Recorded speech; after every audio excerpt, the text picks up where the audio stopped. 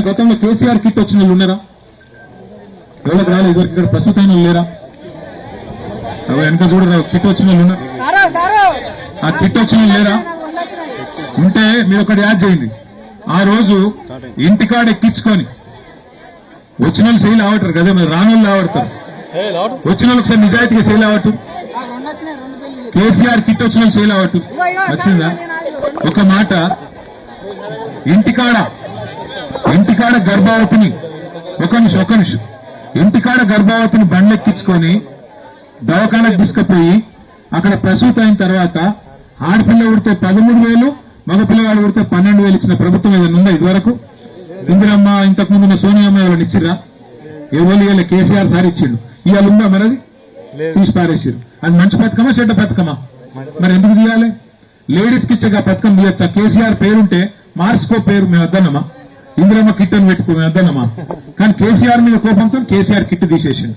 కేసీఆర్ ఉన్నప్పుడు మీకు రంజాన్ తోఫా వస్తుండే, యాదకుందా చెల్లె వెనకాల ఉన్న మా ముస్లిం ఆడబిడ్డలు వస్తుండేనా? ఇలా వస్తుందా రంజాన్ తోఫా? క్రిస్మస్ కానుక వస్తుండే, బతుకమ్మ సీర వస్తుండే. ఈసారి బతుకమ్మకు సీర పెట్టిండా రేవంత్ రెడ్డి? వచ్చినాయా? కనీసం రైక పెట్టిండా? సీర లేదు, రైక లేదు, ఏమీ లేదు. పోనీ ఉన్న బిజినెస్ అన్ని ఉందంటే అది నాశనం చేసిండు. మరి ఆయన గుద్దుదాం మరి కాంగ్రెస్ కోట్లు?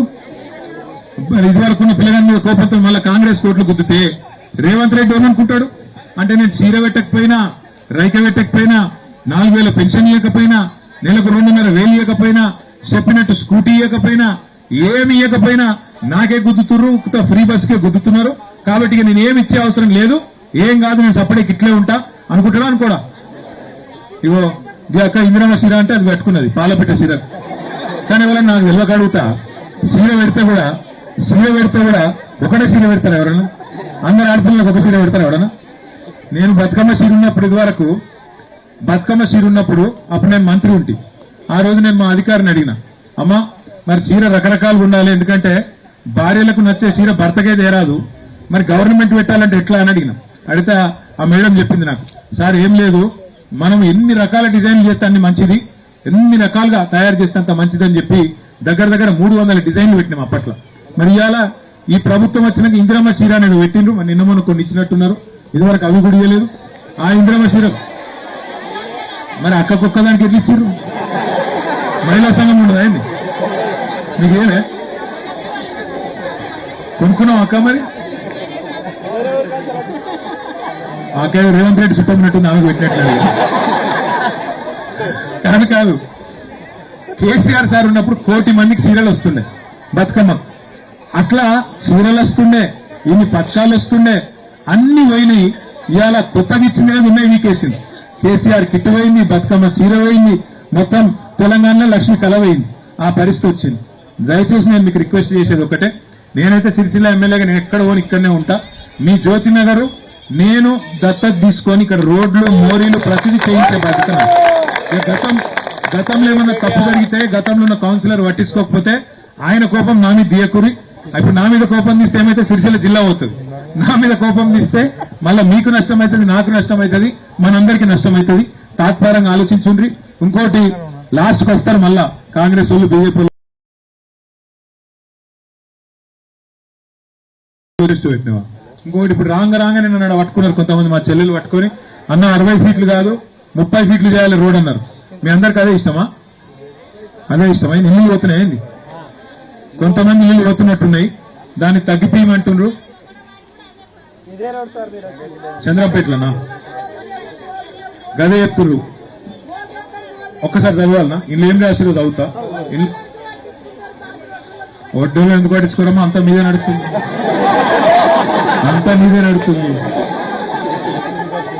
కాదు అంత వడ్డీ సోదరులుగా నడుతుంది. చెప్తా ఏం చేయాలి చెప్తా. అయ్యే రాగా గుర్తాయినట్టు నాగా. ఇప్పుడు జ్యోతినగర్లా తల్లి ఒక్క నిమిషం, జ్యోతినగర్లా ఏం పెట్టిందంటే ఇలా 60 ఫీట్లకు 30 ఫీట్లకు తగ్గియాలి, దాని పక్కకు మోరీలు కట్టాలని చెప్పిండ్రు. తర్వాత మరి ఇక్కడనే దాంతో పాటు లైట్లు,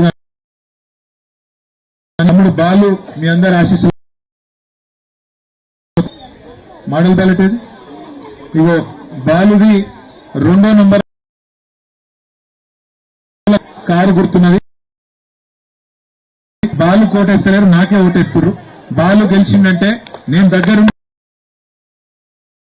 చేసే బాధ్యత నాకు. ఇది పెద్ద ముచ్చట కాదు, పెద్ద పైసలతో కూడుకున్న వ్యవహారం కూడా కాదు. మా అక్క మా వడ్డెరలో కూడా చేయాలన్నది. మీకు కూడా జమలంపేట వస్తా వడ్డెర బస్తీ కొత్త ఇక్కడ ఎందుకు ఆడబెట్టుకుందాం. మీ ఇంటికాడ ఛాయ్ దాపి అడిగే వస్తాం.